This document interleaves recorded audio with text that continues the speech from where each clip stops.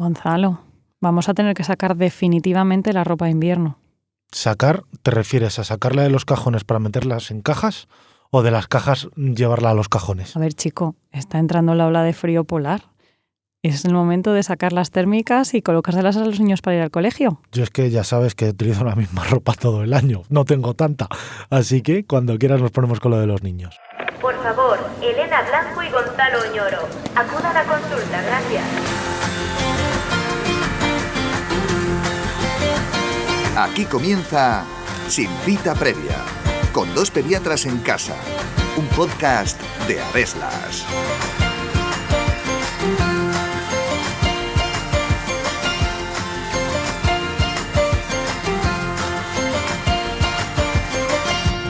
Todos los niños llegan a este mundo con una genética que determinará cómo de altos o bajos serán al finalizar la pubertad. Durante la infancia, ese desarrollo está controlado por diferentes factores, como la hormona de crecimiento y las hormonas sexuales, las cuales dirigen el crecimiento en talla de los niños con el mapa que supone el potencial genético. Pero, ¿por qué los niños al nacer miden casi siempre 50 centímetros? ¿Podemos estimar desde el nacimiento qué estatura tendrá un niño cuando finalice su crecimiento? ¿Es verdad que los niños y las niñas que se desarrollan antes crecen menos? ¿A qué llamamos los pediatras talla baja? Y cuando sospechamos una enfermedad si el niño no crece tanto como se espera de él. Está a punto de comenzar un nuevo episodio de Sin Cita Previa en el que os contamos todo lo que tenéis que saber sobre la altura en la infancia. Así que ajustaos bien los auriculares porque empezamos.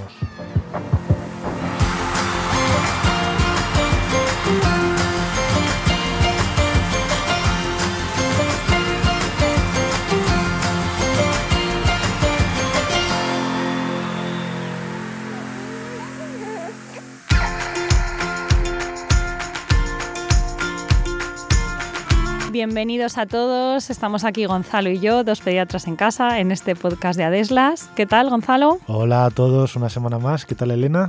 Yo muy bien y bueno, como siempre, agradecer a todos los que nos estáis escuchando esta gran acogida que está teniendo este podcast capítulo a capítulo, que ya permite que llevemos 70 y pico episodios. Y bueno, pues recordaros que si nos dejáis un me gusta, unas 5 estrellitas o lo que os deje la plataforma en la que nos estáis escuchando, pues estaremos muy agradecidos. Y bueno, y con todo esto pues vamos a empezar con este nuevo capítulo de hoy que se llama Mi hijo no pega el estirón. Y bueno, es que vamos a hablar sobre la talla baja y por qué crecen los niños y cómo crecen, en qué momento de su infancia lo hacen. Ya hemos hablado de otros episodios que se relacionan con esto, el desarrollo sexual en niños y niñas, lo que llamamos pubertad, y los niños que no ganan peso y por tanto pues no crecen tampoco. Sí, va a quedar completísimo. Si los escuchamos yo creo que todos del tirón, la información o las píldoras que hemos ido dejando en los otros episodios se van a completar mucho con el episodio de hoy, que vamos a hablar sobre todo de la altura y cómo ésta se establece a lo largo de la infancia. Porque es un tema que preocupa a muchos padres, ¿no? Al final, que un niño coja peso, que un niño coja altura, es un dato de salud, ¿no? O sea, todos estamos acostumbrados a ver que los niños tienen que crecer y igual que hacen el desarrollo psicomotor, pues crecer en altura quiere decir que las cosas van bien, ¿no? Porque al final estamos acostumbrados que los adultos somos altos, tenemos una altura mayor que los niños, con lo cual si el niño crece es porque su salud debe estar bien. Claro, engorda, crece y equivalente a salud. Eso es. ¿Verdad? Bueno, pues este episodio lo vamos a dividir en dos partes. Es contaros cómo es el crecimiento normal de un niño desde que nace hasta que llega a la pubertad y se hace un adulto. Y luego, qué enfermedades podrían hacer que esta talla fuese menos de la que se espera para él. Así que bueno, vamos con esta primera parte. Gonzalo, en el útero, que los niños ya están creciendo, claro, son una albondiguita, ¿no? Que va, una celulita, o sea, dos celulitas. Antes de nacer, bueno, ¿no? Una celulita hecho por, ¿no? Por papá y mamá. Por papá y mamá. Y entonces son muchas celulitas y luego hacen un bebé que crece y que tiene una medida, pues más o menos que además es estándar, ¿no? ¿Esto de qué depende en el útero? Pues mira, el crecimiento fetal, que es el que llamamos antes de que nazca el niño, depende sobre todo del tamaño del útero de la madre y de la nutrición que tenga la madre durante el embarazo, ¿no? Y sobre todo con la función placentaria, ¿vale? Y de los cuidados que se hagan, ¿no? Eso. Lo explico un poquito todo. El tamaño del útero de la mujer, sí es verdad que hay mujeres adultas, me refiero, que son más altas y más bajas y entonces su tamaño uterino va a diferir un poco, pero más o menos el tamaño uterino es estándar para todas las mujeres, salvo que haya voy a decir una complicación que no lo es como tal, pero la gente lo va a entender muy fácilmente. Por ejemplo, en un embarazo gemelar hay menos espacio porque tienen que crecer 2 niños, con lo cual es normal que esos niños crezcan menos durante la etapa intrauterina. Pero en un embarazo único, de un solo feto... En un estándar, que va bien, que llega a término. Eso es, el tamaño del útero es el mismo para todos, o sea que salvo que haya un factor limitante, los niños van a crecer hasta que el tamaño del útero les deje. Luego, también va a ser muy importante la nutrición que reciban las madres, es decir, si las madres están bien alimentadas y tienen buena salud, pues el niño va a crecer a todo ese tamaño del útero que le deje. Y luego, por último, que es lo que estaba diciendo, también influye mucho la función de la placenta. Sabéis que la placenta es donde se intercambian los nutrientes y el oxígeno para que lleguen al feto. Si la placenta funciona bien, pues el niño crecerá todo lo que el útero le deje durante esos 9 meses de embarazo, ¿no? Y se desconocen realmente qué hormonas controlan este crecimiento ahí dentro del útero de la madre, aunque sí que se sabe que la insulina y los factores de crecimiento de insulina tienen un papel muy importante y que la hormona de crecimiento no influye tanto dentro intraútero, ¿vale? Con lo cual esto es una cosa muy importante también, que luego veremos, que si a algún niño luego en el futuro se le diagnostica de un defecto de hormona de crecimiento, es un niño que va a nacer con una estatura normal, estándar, ¿no? Para todos los niños. Claro, y hay un poquito de variabilidad en esta longitud al nacimiento, pero más o menos casi todos los niños a término van a medir entre 48 y 52. 50 centímetros, no medio nos metro. No nos vamos a equivocar mucho si nos lo inventamos. Quiero decir, un niño de 3 kilos, 50 centímetros, pega, ¿no? Más o menos. Y luego dentro de eso hay una variabilidad. Siempre los niños varones son siempre un pelín más grandes que las niñas, pero bueno, más o menos hay niñas grandes que van a medir 52 y niños más pequeños que van a medir 49. Pero más o menos es todo similar. Claro. Y una vez que nace el niño con esos 50 centímetros de altura estándar, ¿vamos a poder predecir, Elena, un poco cuál va a ser su talla cuando complete la pubertad? Porque ya sabéis que lo hemos hablado en los otros episodios, la pubertad es el momento en el que pegamos el estirón y completamos la talla adulta, ¿no? En ese recién nacido con días de vida le vamos a poder decir, tú vas a medir 1,70, 1,78, 2 metros. ¿Eso lo podemos predecir o no? Bueno, una vez que nacemos, sí que se espera que el niño crezca de una manera determinada por su nutrición y los cuidados que reciba durante su primera infancia, pero además va a depender del potencial genético. Está claro que si los padres son bajitos, el niño, el potencial genético que tiene es el que tiene, pues derivado de la herencia que tiene, pues tendrá una talla estimada parecida al tamaño de los padres. Hijos de padres más altos, pues van a ser más altos, porque esto está determinado por la genética con la que nacemos y de hecho existe una fórmula que es la forma de calcular cuál es la predicción de talla que tiene ese niño cuando nace y que es un poco diferente para niños que para niñas, porque ya sabemos que las niñas son un poquito más bajas que los niños y dependiendo de lo que midan el padre y la madre, pues vamos a saber más o menos cuál es la talla que va a tener ese niño. De manera que si va por debajo de esa talla que le tocaría genéticamente, pues vamos a poder predecir si lo que le pasa al niño puede ser que tenga un problema o no. Hay diferentes fórmulas para calcularla, pero bueno, para que os hagáis una idea, son todas muy parecidas. En niños, me refiero a varones, sería la talla del padre más la talla de la madre dividido entre 2, o sea, la talla media, familiar, que se dice, más 6,5 centímetros y luego más menos 8,5 centímetros. Ese más menos 8,5 centímetros es para dar un intervalo de confianza y que cubra pues casi todo el espectro, todo el espectro del niño. Cosas claro, que van a influir. Que pueden influir. Y en las niñas sería parecido, que sería la talla de la madre más la talla del padre partido entre 2, menos 6,5 centímetros. Bueno, tenemos un niño que ha nacido con sus 50 centímetros, que sabemos cuál es su potencial genético, y en las primeras etapas de la infancia, desde los recién nacidos hasta los 2 años, Elena, ¿qué es lo que determina principalmente lo que va a crecer un niño? Bueno, esto ya lo acabamos de decir. La adecuada nutrición y los cuidados que necesita, pues darle la leche que necesita durante el tiempo que necesita. Iniciar la alimentación complementaria con una adecuada ingesta calórica y con todos los nutrientes, pues, de todo el espectro de la nutrición. Va a hacer que ese niño tenga las máximas posibilidades de crecer, ganará peso y crecerá de forma acorde. Y esto va a ser así sobre todo en los primeros 2 años de vida. El componente genético ya hemos dicho que interviene y ese niño, si va a ser más alto, pues irá en los percentiles más altos de la población y si le tocaba ser más bajito, pues irá en los percentiles que le toca. Pero si tiene una adecuada nutrición, en estos 2 primeros años se va a ir colocando en el carril que le toca derivado de su potencial genético. La hormona de crecimiento aquí empieza a tomar papel. Es la hormona que se genera por el cerebro y que tiene receptores en los diferentes tejidos, y a partir de los 6-12 meses de edad empieza a tomar papel. Y es la que va a hacer que este crecimiento en los niños, pues, con una adecuada nutrición y esta hormona de crecimiento funcionante, pues vaya haciendo que este niño vaya creciendo. De manera que a los 12 meses, más o menos, los niños de estos 50 centímetros de media, pues habrán ganado 25 centímetros, solo un año, fíjate todo lo que crecen, 25 centímetros, más o menos la talla para un niño de un año es de 75 centímetros, y a los 12 meses, y a los 24, unos 86 centímetros. O sea, fíjate, crecen pues muchísimo el primer año de vida y ya menos el segundo año de vida, claro. De hecho, es el momento de la vida en la que más crecemos, no en valor absoluto, porque solo serían 25 centímetros, que eso es poco para todo en un año. Claro, pero en comparación a lo que miden es el mayor potencial de crecimiento. Por eso también decimos, que lo hablamos en el episodio de Mi hijo no gana peso, que es el momento de la vida en el que más calorías necesita un cuerpo,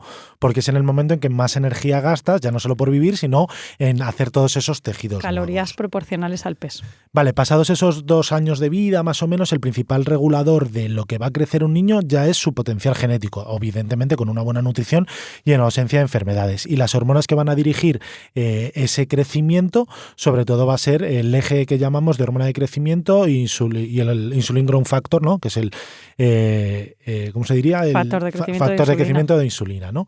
Y la velocidad de crecimiento de esos niños va a ser bastante constante hasta que se llegue al estirón puberal, ¿vale? Y más o menos van a ser entre 5 y 7 centímetros al año, dependiendo de la talla de la familia, ¿no? Si vas a ser bajito no vas a crecer tanto, si vas a ser más alto, más alto. Pero sí que va a ser, en principio, un crecimiento muy lineal, constante. Más o menos vas a predecir lo que va a medir tu hijo al año que viene, porque va a seguir durante, pues eso, desde los 2, y el estirón puberal dependerá, pero estará entre los 10 y los 12. O sea que todos esos 8 años más o menos va a crecer de forma constante, más o menos. Podrías pintarlo en la pared de la cocina cada año y más o menos va ganando los mismos centímetros. De hecho, en las revisiones que vamos haciendo en el pediatra, pues las que se van haciendo a lo largo de los diferentes años durante toda la infancia, pues lo que vamos comprobando es que efectivamente el niño crece y que crece al ritmo pues que le toca. Y de repente vienen los esteroides sexuales, que son las hormonas sexuales, ¿no? O sea que el estirón puberal va a depender de 2 cosas, tanto de la hormona de crecimiento como de los esteroides sexuales, que es lo que hace que de repente, ¡pum!, pegan el estirón para arriba. ¿Y cuándo van a iniciar ese estirón? Pues va a depender mucho del genotipo, ya que hay niños o niñas que maduran unos antes que otros, ¿no? Los niños crecen hasta los 21 años, normalmente se calcula, o sea que aunque hagan la pubertad, que obviamente la hacen antes, ¿no? En torno a los 12, 13, 14, los niños sí que siguen creciendo, pegando el estirón un poquito más hasta los 21.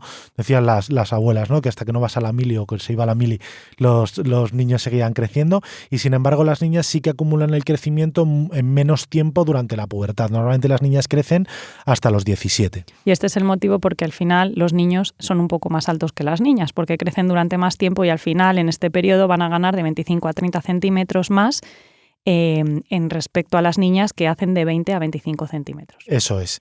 Y además los niños también maduran un poco más tarde, con lo cual tienen esa etapa en la que van ganando centímetros antes de empezar la pubertad. Sí es verdad, y esto lo preguntan mucho los padres, que sobre todo lo preguntan por las niñas, porque como son las que desarrollan antes, dicen, vale, va a crecer 20-25, pero como le ha venido la pubertad muy pronto, luego va a crecer más o se va a quedar así con esa estatura. Bueno, pues que se queden tranquilos, que normalmente al acabar la pubertad, en las niñas, que es cuando viene la menstruación, les queda normalmente todavía un remanente de crecimiento, unos 5-8 centímetros, o sea que sí que siguen creciendo todavía un poquito más.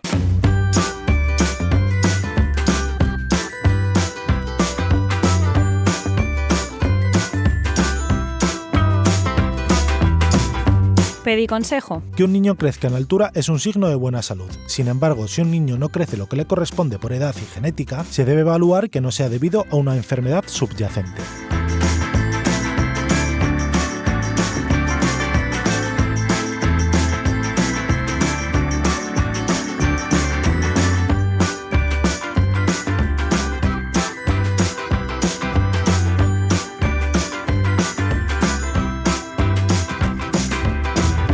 Bueno, y cuando nosotros detectamos un niño en la consulta, bueno, los padres nos dicen, es que a mí me parece que como que crece poco, no hace falta que le cambie la ropa tan a menudo, o les llama la atención, pues bueno, tendríamos que ver realmente cómo es este crecimiento en el niño, porque aquellos niños que no crecen todo lo esperado, pues son los que nosotros etiquetamos de talla baja. Y no solo un dato estadístico, sino que lo miramos en los percentiles, sino que miramos cuál es la talla, cómo iba creciendo, calculamos, le preguntamos a los papás lo que miden, la talla genética, y vemos que realmente pues va muy por debajo de lo que realmente le tocaría ser. Claro, pero no es solo este niño es bajito, tiene una talla baja, sino que hay unos criterios diagnósticos para que nosotros digamos este niño tiene una talla baja y por tanto se sale de lo normal, por decirlo de alguna manera, y hay que estudiarla, ¿no? No hay un criterio unánime de lo que los pediatras llamamos talla baja, pero bueno, más o menos os hemos cogido alguna definición para que lo entendáis, ¿no?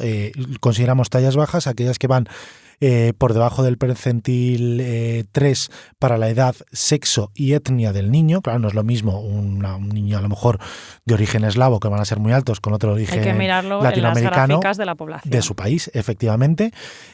También aquellos, eso sería una definición, ¿no? Otra sería niños que aun estando dentro de percentiles, sí que están muy por debajo de lo que le correspondería por su talla genética, ¿no? Para que os hagáis un ejemplo, imaginaros que nos viene a la consulta el hijo de 2 jugadores de baloncesto que son altísimos, que miden por encima de 2 metros, y ese niño en concreto tú estás viendo que va en un percentil 3 para toda la población. Dices, oye, este niño me llama la atención, este niño que debería estar salido de percentiles por arriba, de repente está en una talla muy estándar para lo que le tocaría por su potencial genético. Pues ese niño seguramente también le deberíamos estudiar. Otro criterio, aquellos niños que tienen una expectativa de talla adulta que está por debajo de 2 desviaciones estándar de su talla diana, ¿no? Y también aquellos que tienen una velocidad de crecimiento mantenida para su edad y su sexo por debajo de lo que le corresponde. Claro, de esto hay muchísimas causas, hay tallas bajas idiopáticas que no tienen causas, pero luego muchísimos síndromes genéticos, enfermedades crónicas pues que no permiten hacer una adecuada nutrición y cuidado, desarrollo del niño, pues van a cursar con talla baja, efectos secundarios de fármacos que tengan por alguna enfermedad, enfermedades endocrinas, bueno, y una serie de cosas pues que una vez que se diagnostica una talla baja, pues hay que hacer una búsqueda de cuáles pueden ser las causas de esta talla baja. Y para ello, pues nos vamos a basar en pruebas, pues en función de la edad, de la historia clínica, la exploración física y derivando al especialista en el caso de que precise de pruebas específicas que no se pueden hacer en la consulta de atención primaria. De todas maneras, todas estas pruebas van a ir muy dirigidas, porque lo está diciendo Elena, no es lo mismo un niño con un síndrome genético que tiene un fenotipo peculiar. Un fenotipo peculiar es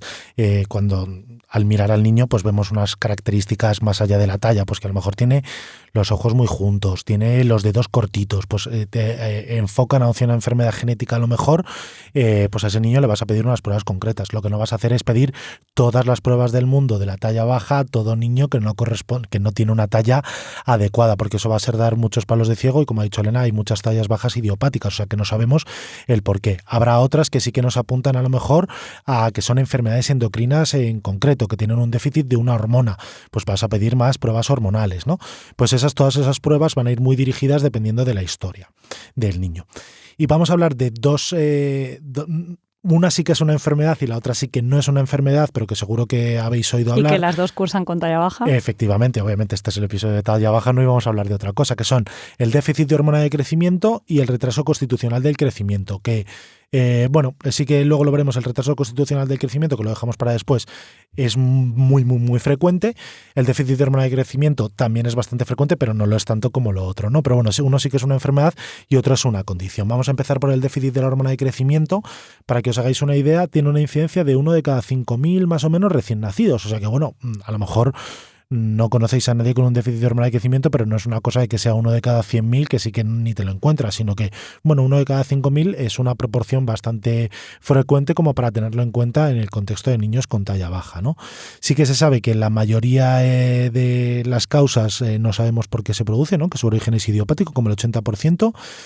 Pero sí que tenemos que tener en cuenta que la hormona de crecimiento no es solo importante para la talla, sino que la hormona de crecimiento está implicada en el crecimiento de todos los órganos, con lo cual no es solo que haya que detectar a los niños con déficit de hormona de crecimiento para que luego tengan una estatura normal, sino que es muy importante que el cerebro crezca, que los músculos crezcan, que todo el cuerpo crezca. Claro, entonces obviamente se va a manifestar con un niño que tiene una talla baja, o sea que en principio ha podido nacer normal. Ya hemos dicho que los primeros 2 años sobre todo el primer año el crecimiento va a depender pues del estado nutricional, pero poco a poco se va estableciendo este eje de la hormona de crecimiento, que obviamente si tienes un déficit pues va a hacer que poco a poco esta talla, esta velocidad de crecimiento pues se vaya retrasando. Y claro, la hormona de crecimiento no solo hace que crezcamos en altura, sino que estimula el desarrollo de todos los órganos.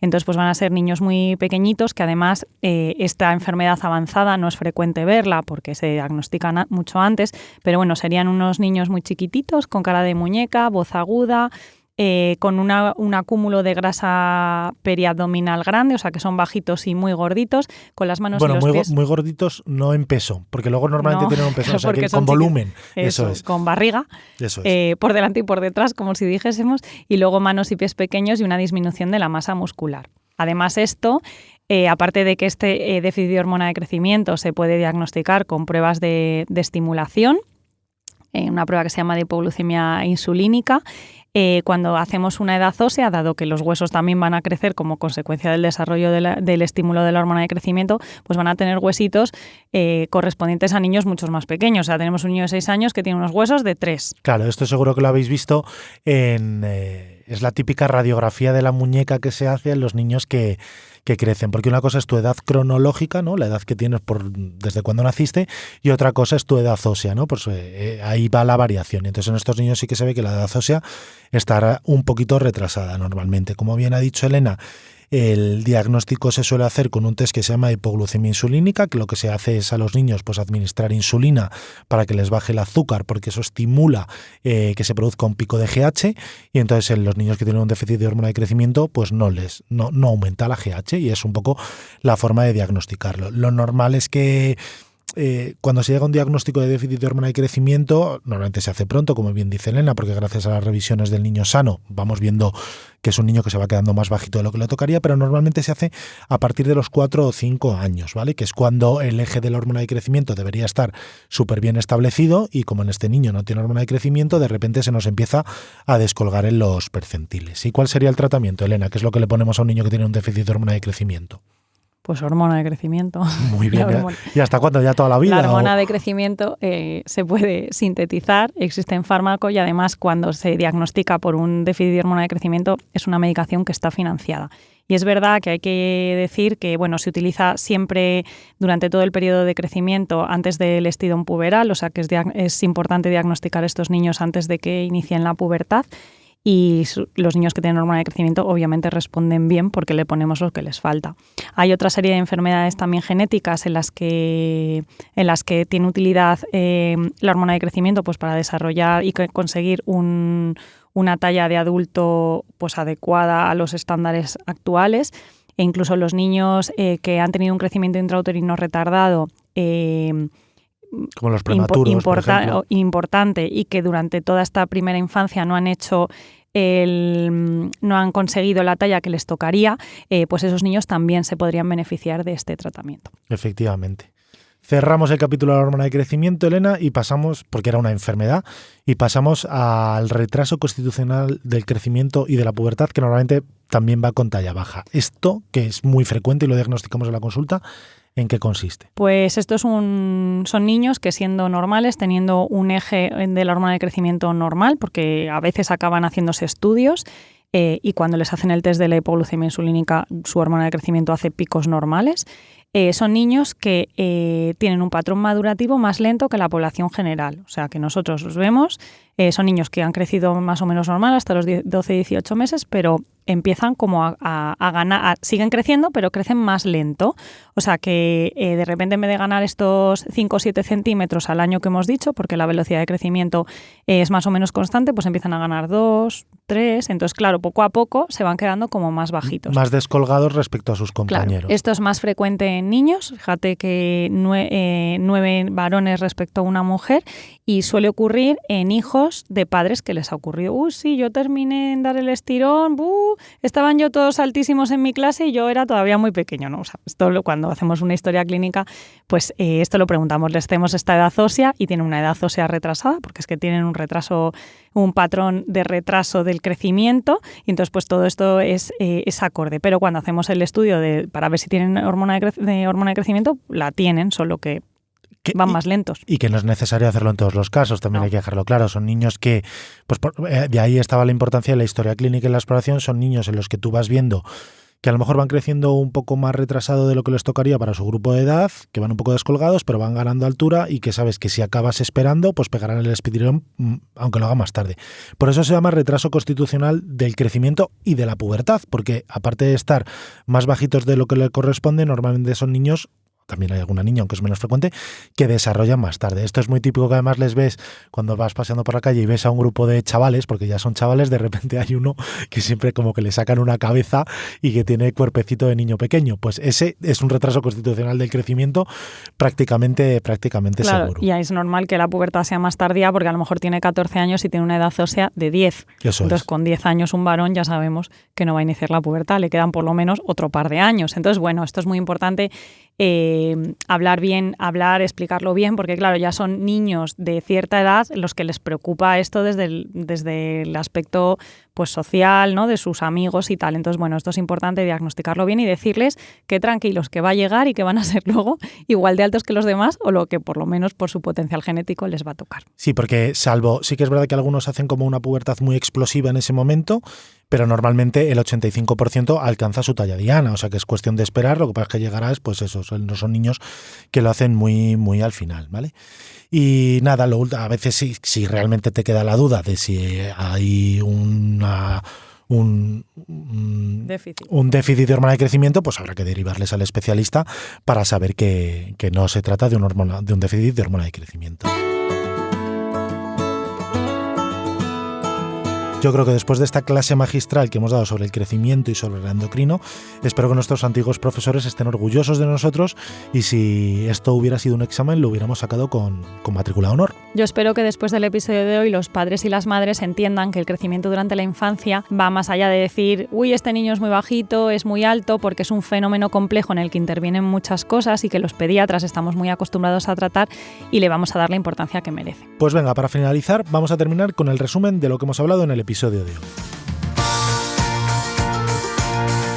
El crecimiento de un niño se puede dividir en 3 periodos: el crecimiento fetal y de la primera infancia, el crecimiento prepuberal y el estirón que ocurre durante la pubertad. Tras el nacimiento, la genética del niño marcará cuánto crecerá al finalizar la pubertad. Lo habitual es que un niño con unos padres con poca altura sea más bajito que aquel con unos padres más altos. Durante los primeros años de vida, el estímulo más importante es la hormona del crecimiento, al cual se sumarán las hormonas sexuales al alcanzar la pubertad. El diagnóstico de talla baja se hace teniendo en cuenta la edad, el sexo, la etnia del niño y su potencial genético. Las causas de talla baja son muy variadas, por lo que el enfoque diagnóstico depende de la historia clínica, la exploración física y sus antecedentes personales. El déficit de hormona de crecimiento es una causa común de talla baja que se manifiesta desde edades tempranas. Si no se trata, dará como resultado un niño con talla baja al finalizar la pubertad. El retraso constitucional del crecimiento y de la pubertad también es muy frecuente. Es una variante de la normalidad y al finalizar la pubertad dará como resultado un niño con una talla normal para su potencial genético.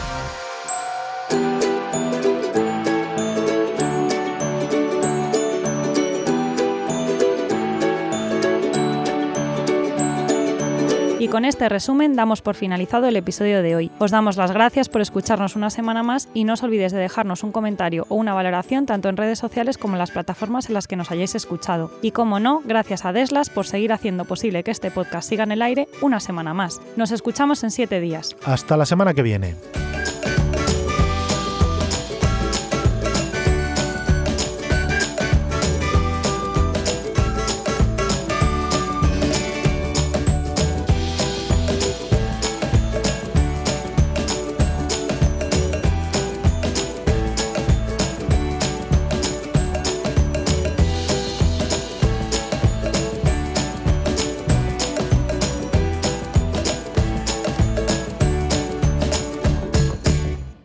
La vida es aquello que te va sucediendo mientras te empeñas en hacer otros planes. John Lennon, Dixit.